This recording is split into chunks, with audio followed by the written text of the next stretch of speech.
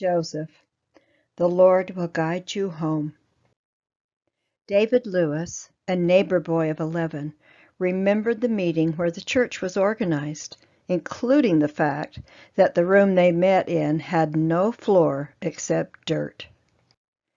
He asked if he could be baptized, and the prophet sent him home to talk it over with his parents, and if possible, get their consent.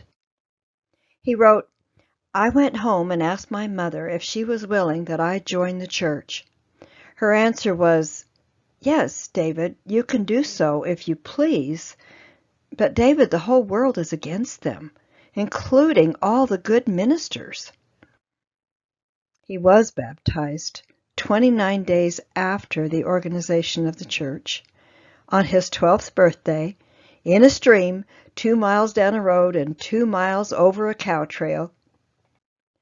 Joseph performed the ordinance and then tried to persuade David not to go home yet, since a violent thunderstorm had broken as soon as the baptism was completed. David insisted on going straight home. He'd promised his mother he would.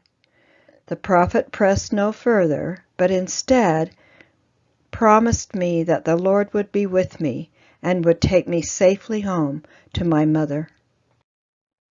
Lost and frightened on the way home through the woods, he remembered the prophet's promise and knelt to pray that the Lord would take me safely to my home and to be a lamp to my feet and a guide to my pathway. The answer came as specifically as his prayer.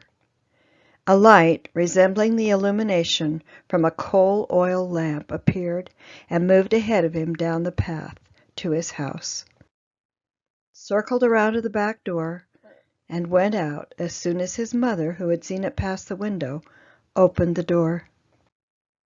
When David told the prophet about it later, Joseph answered, "David, I knew that you would get lost in the woods and that the Lord would guide you home."